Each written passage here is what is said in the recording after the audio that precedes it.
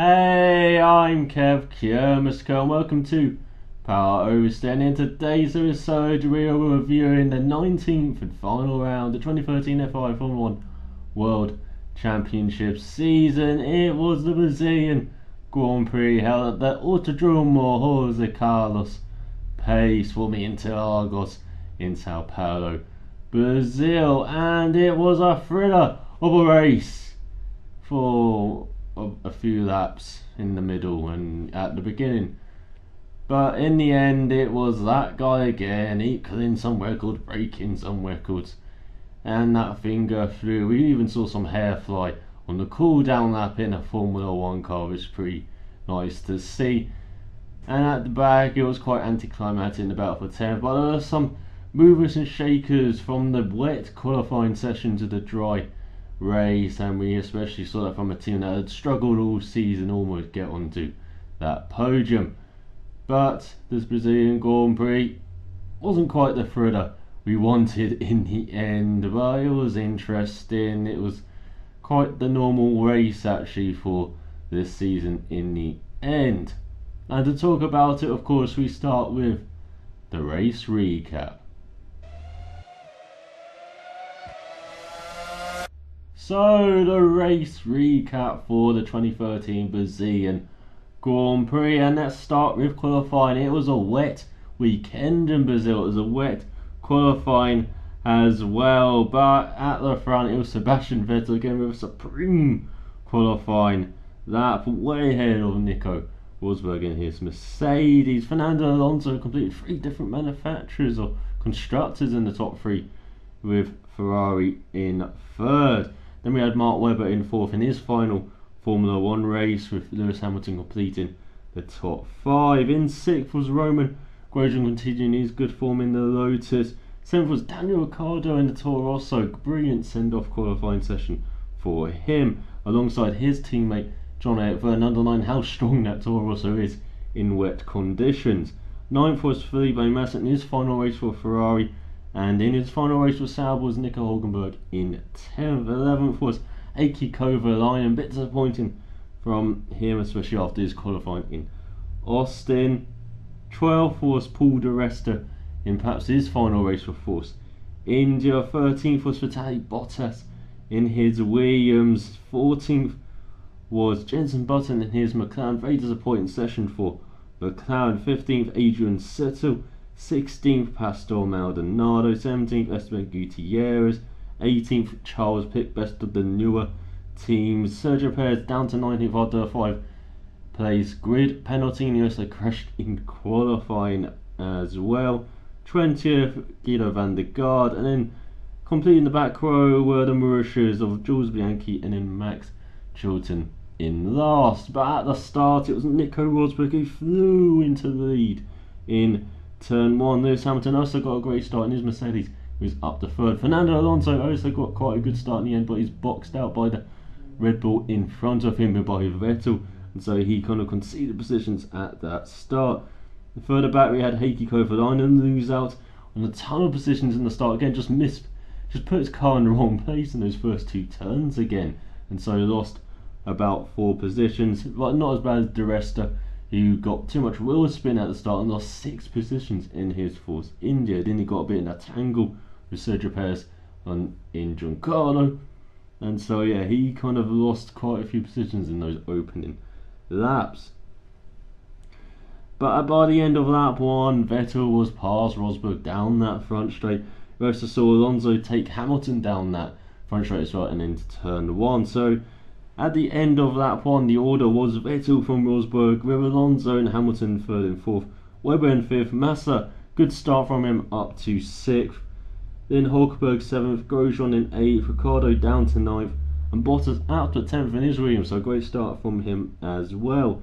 Button in 11th, great start in the McLaren, Vernon in 12th, Gutierrez 13th, Settl 14th, Kovalainen down to 15th, Perez up to 16th, Di Resta down to 17th, Maldonado 18th, then Bianchi, Pick, van der Garde and Chilton. On that too, we saw where we get past Hamilton after Hamilton lost that position to Alonso. Webber took advantage of the Prix here and got past Hamilton in turn 6 and 7 after Hamilton defended quite hard into turn 4. Then on the next lap, Grosjean's engine went when he was in 8th place. It turned out to be a sudden oil leak which caused the engine to blow up in spectacular fashion in the last race for the V8s. It wouldn't be the end of an era without some spectacular happened, of course. On lap 4, Alonso went round the outside of Rosberg in turn 4, showing the problems that Rosberg was having with his tyres. And the McLarens were starting to make moves, as I said at the start, and Button was already up to 9th place ahead of Bottas, and Perez was up to 12th, back with Verne now.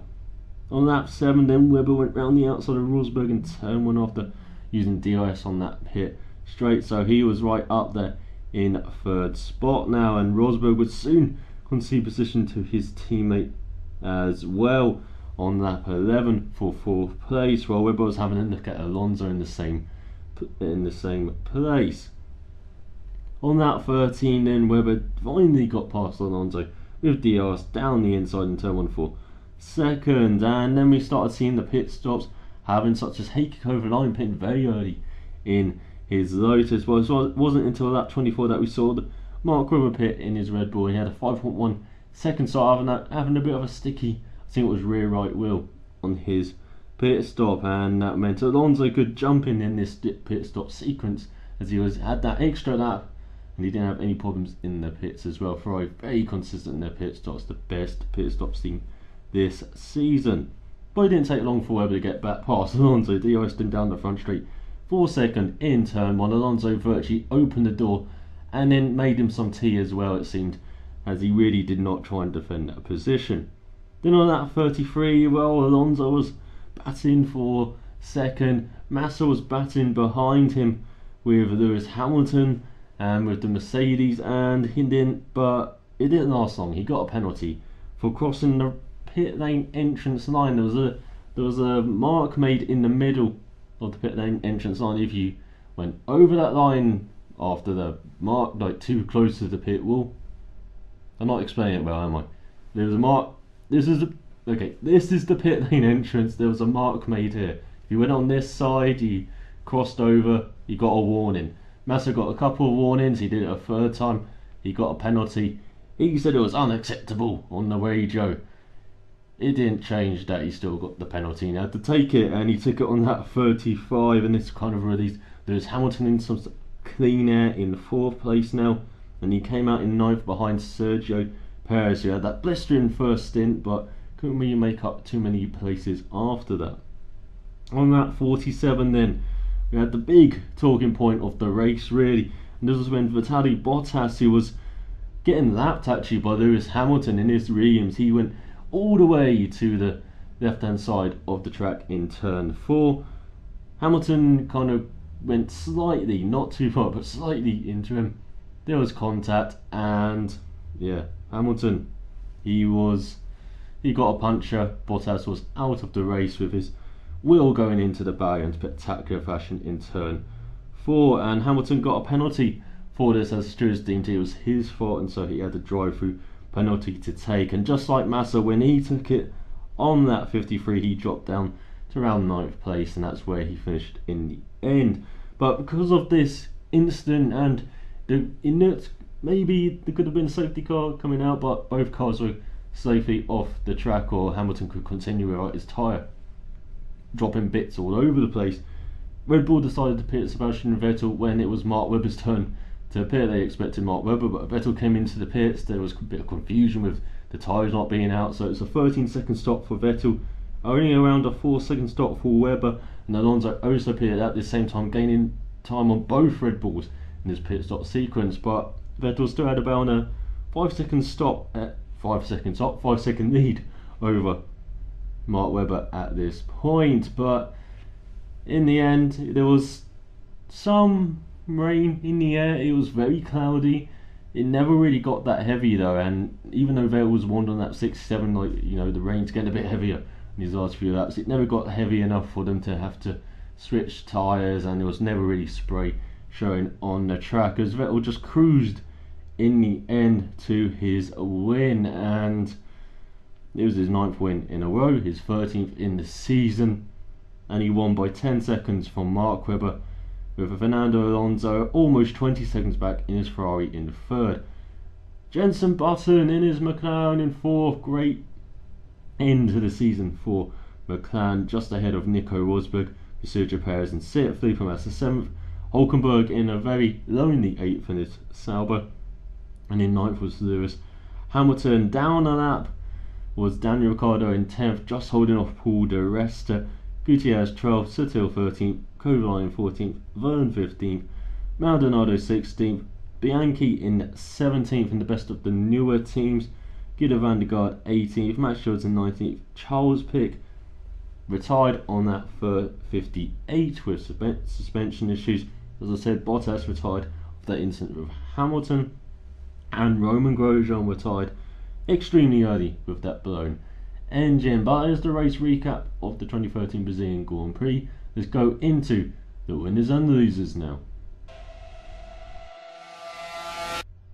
So the winners and losers of the 2013 Brazilian Formula 1 Grand Prix, and let's start from back to front, of course, and Marussia. Very happy Marussia team getting 10th in the World Championship for the first time. Of course, this is very different to 2010 where they finished last in the championship. In 2011 they moved their way up. 2012 they just lost it in the last race, of course, but this time they held on, and this was despite both drivers really struggling with balance in the car. Bianchi struggled with graining on his medium tyres in the opening stint, so he lost a couple of positions to the Caterhams, but he was much better on the prime hard tyres. And Jordan had vibration on his front left tyre in his last stint, so he had to make a unscheduled 3rd pit stop. But great result for Marussia in the championship, getting 10th in the end. Unfortunately, it doesn't pay much. That happens next year, but you know, they're moving on up.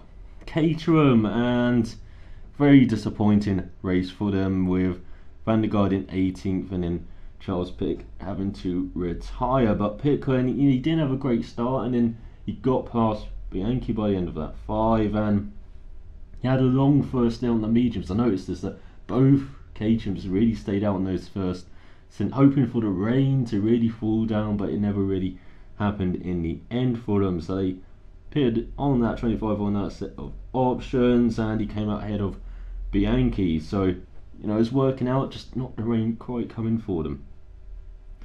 And they were doing good lap times, around 1:18, so it was close to the midfield pace at this time. And him and Van der Garde swapped positions, and just after the halfway mark, goes on different strategy. And as he was running in 17th spot as best of the newer teams, he had a suspension problem with that 58, unfortunately, as the rain was starting to fall a bit more heavily, but not heavy enough, as we found out in the end.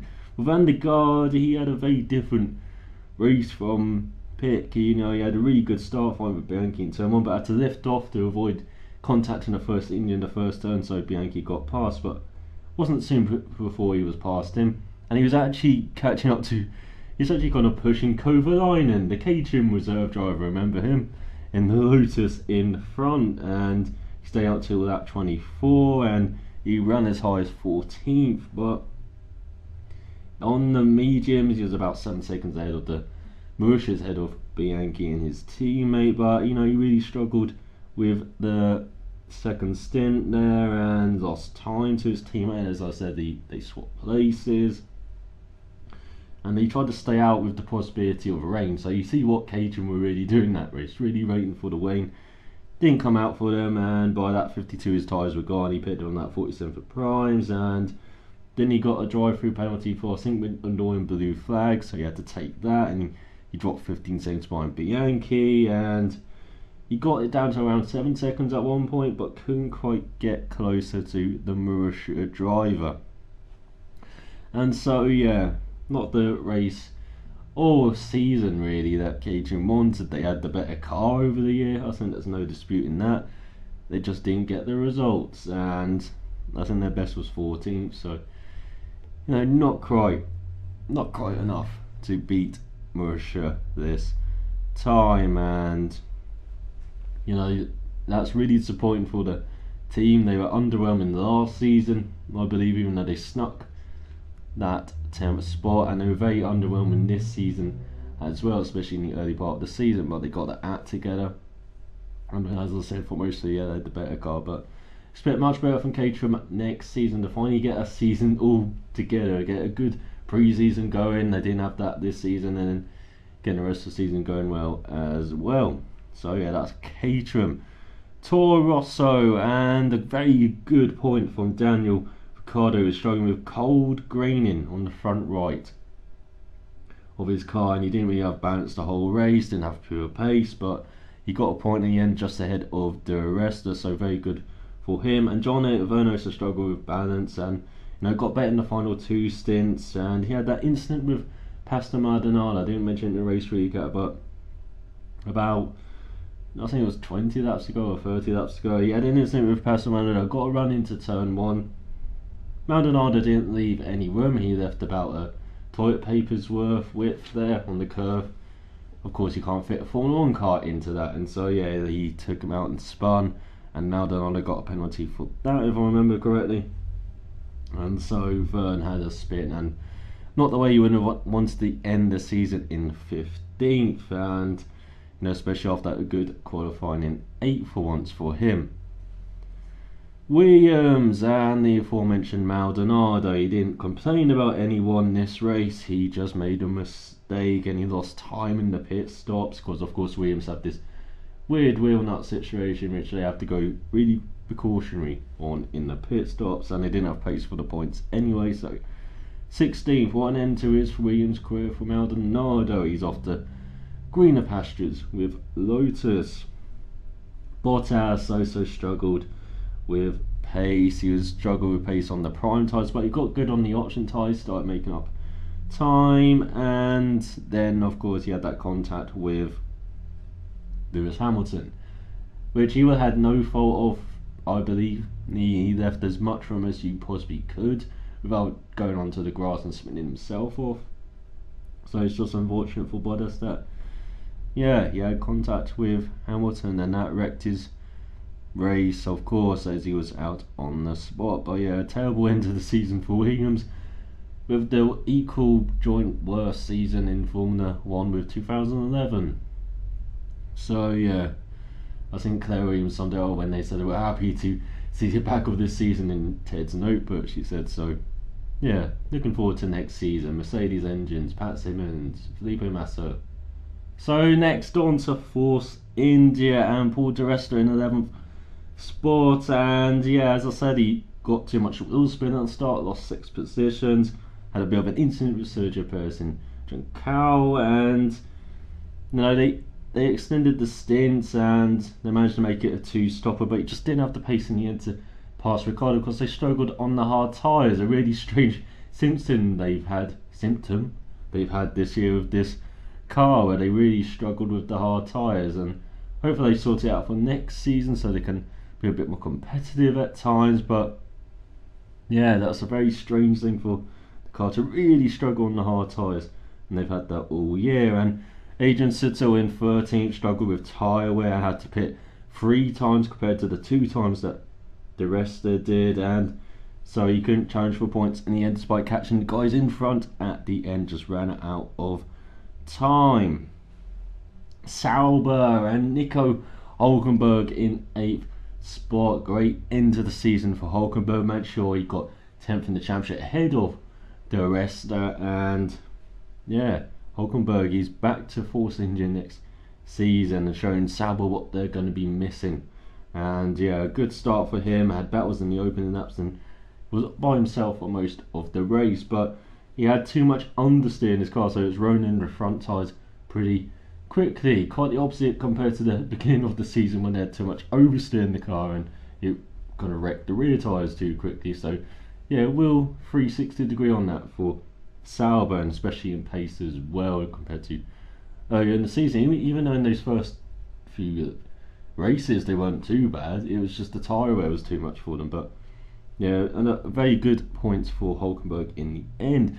Gutierrez in 12th spot, struggled with the hard tyres in the first stint, then got much better on the mediums, on the option tyres for the second and third stints, and had quite large front grainings where I had to manage that and compensate for whatever damage that did to his pace. And You know, the team in Ted Noachberg, they seem to have been a bit unhappy with his pace, or not, or they expected a bit more from him this season. So it'll be interesting to see what happens to Gutierrez next season if he's with Sauber. Apparently we're seeing at Caterham's HQ, so yeah, leaving the options very wide open. The young Mexican, I won't be surprised to see him go to maybe Caterham or Mercia in the end.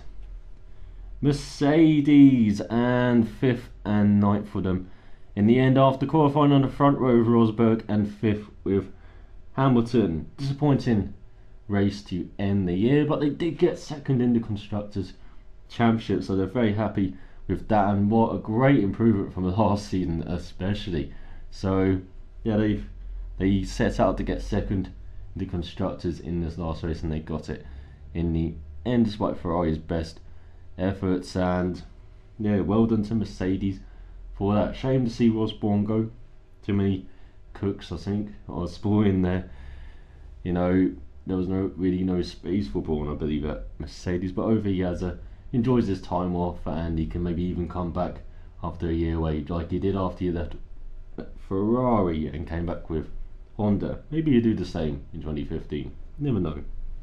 But Rosberg just struggled with the rear tyres in that opening stint, so he was leading the race, but yeah, he just fell back in the end, and maybe even could have clicked button in the round of pit stops in that first phase, but they were just conservative, just concentrate on their battle in the Constructors with Ferrari. So yeah, very conservative from Mercedes in the pit lane, but he got them the top 5 and got them 2nd in the Constructors. Hamilton, he didn't know what happened with Bottas on the track. He thought he left him enough room, but yeah, that's why he was a bit critical about that penalty he got, and he was having a good race, actually catching up to Alonso in 4th place, so you never know what could have happened there.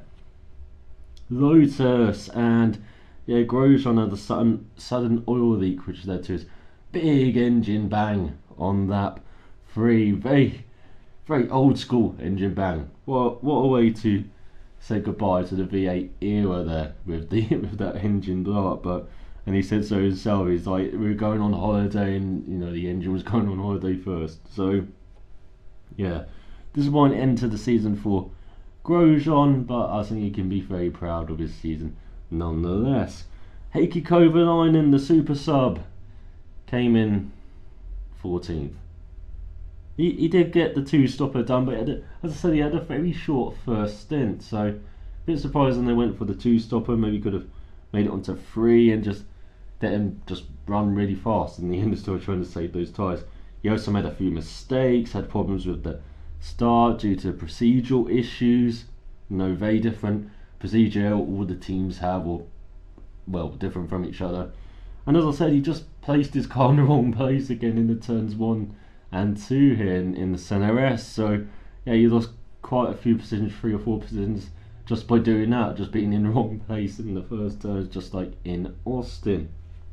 So yeah, it was not quite the 2 races we expected from Kovalainen. This didn't actually remind me of another guy. He came in at the end of the season for the Enstone team, Johnny Herbert, in 1994 for Benetton. Then he came in the last 2 races after Lotus let him go to bring in Constructors points in their battle with Williams in the Constructors back then.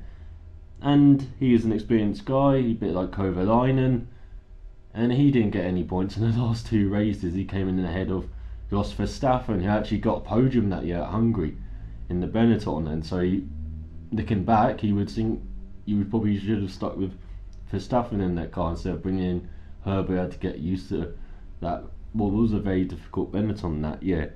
But yeah, that Kovalainen stint just reminded me of that, and how 19 years later it didn't quite work out the same again for them. 4th in the Constructors, but they can be very proud of their season. Lotus, of course, winning with Raikkonen in the open race of the season, and Grosjean really coming on strong, especially in the second half of the season. They're going to be looking very good next season, especially if they can get Maldonado clued in, you know, not making some mental errors for Maldonado. If he's really glued in, I do believe that's a very strong pairing with Grosjean and Maldonado there. But yeah, not the greatest end to the season for them this race in Brazil. And so McLaren and 4th and 6th, best race of the season. Great job from McLaren. You know, Perez made some great moves in that first stint, really moved up the order. Same with Button as well, and you know, Button's advantage, of course, Hamilton having problems and Rosberg having problems as well, and got up there in 4th place, not quite on the podium. He was just 18.4 seconds off it, but yeah, best race of the season by a country mile from McLaren. And it's like they were running more of a dry setup than anyone else. It seemed they were really fast down that straight, especially of course with the DRS, and yeah, it looks like they just got it right on race day with it seemed like a bit of a dry setup, or just a car better suited to the conditions in that race. So yeah, great job from McLaren. And Perez in the end trying to battle with Rosberg, but he had to save fuel, so he couldn't really attack Rosberg hard, and of course had that very strong first stint where he was making all the moves. But what a send off for Perez. He's been very strong in his last 5 races, much better than Button in my view, including even this race, you know, where he had to come from 19th and Button from 14th. But you know, they both had very strong drivers, the McLaren pair, and that leaves us with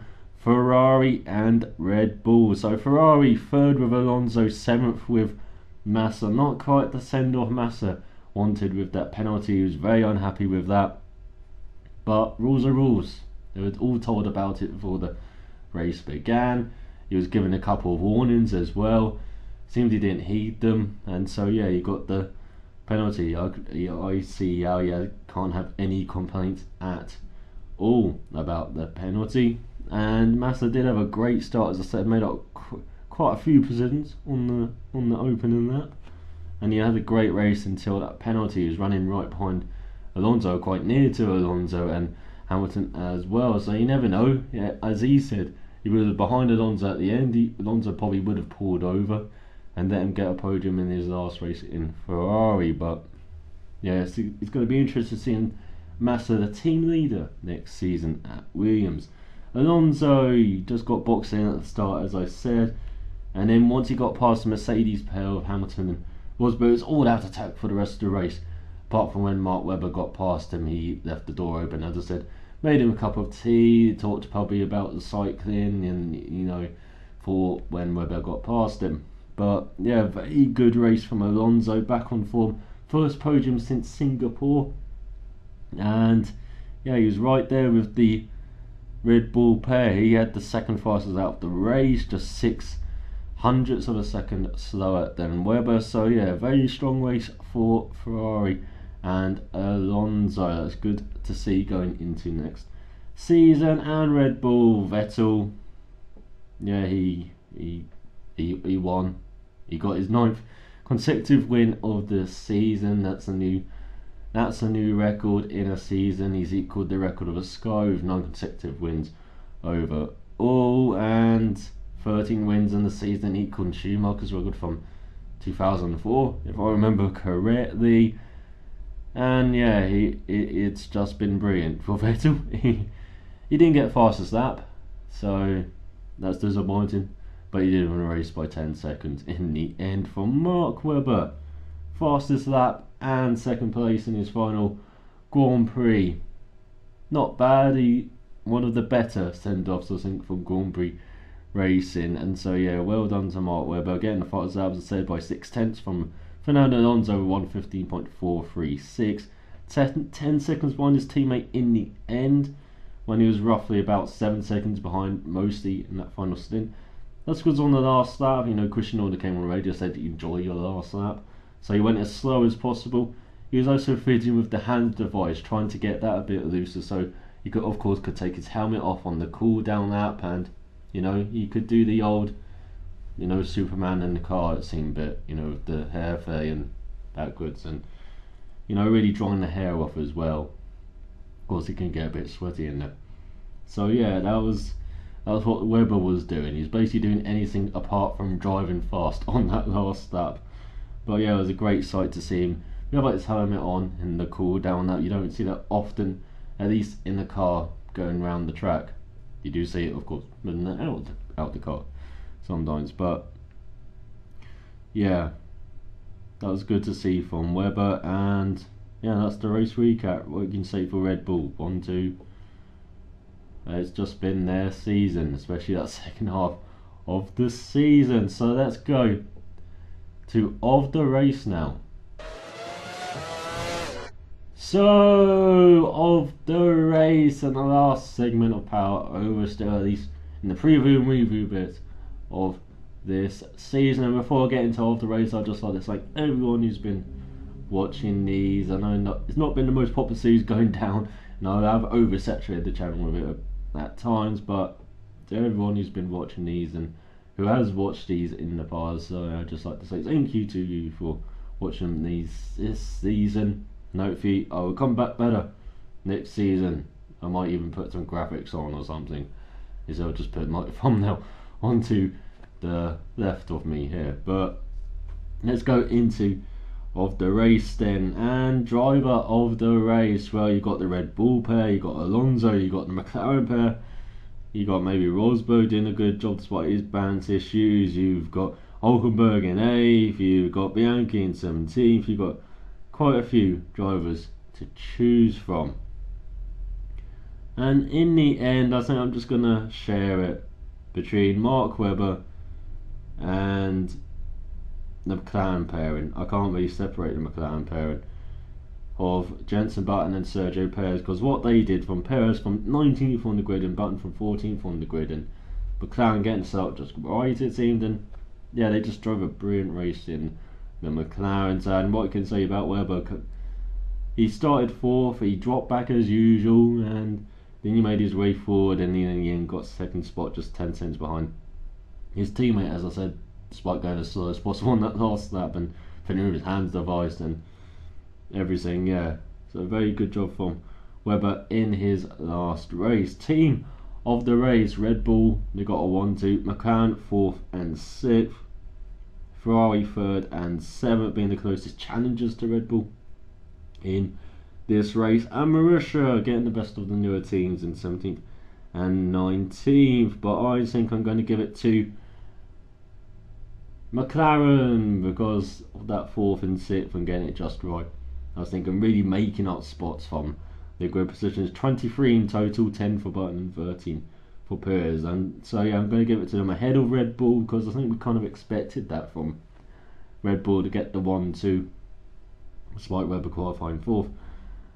But I don't think we expected that from McLaren to get 4th and 6th for being as strong as they were in the race. So yeah, I'll give it to McLaren for team of the race and overtake of the race. And as I say, it's mostly DRS passes again, but there are a couple of interesting moves. And I think I'm going to give it to the farewell boy, the not bad for number 2 driver Mark Webber, for his move on Lewis Hamilton. He got Lewis Hamilton defending really hard into turn 4, but he got the drive out of turn 4, and then it showed itself through turn 5. He used a bit of curves as well, got alongside him into turn 6 for a doula, if I remember correctly, and just swept round his outside and took the spot. And I remember Jenson Button doing similar move as well in the race, but I think I'll just give it to Webber because I actually remember that move. I can't remember the full extent of Button's move. I remember the full extent of Webber's moves. Also, they had similar tyres, and yeah, I think I just got to give it to Webber. So yeah, he takes a couple of the spots, Webber, in the final of the race of the season. And I said, final review of the season. I can't believe I've done almost 60 of these Powers Oversteers this year. And there's going to be a few more, of course, with the season reviews or IndyCar as well. Now that Formula 1's over, I've done all the reviews and previews, I can finally concentrate on the season reviews of IndyCar and Formula 1. So I hope you've enjoyed this. Thanks for watching. So for the final time, cheerio. Good season.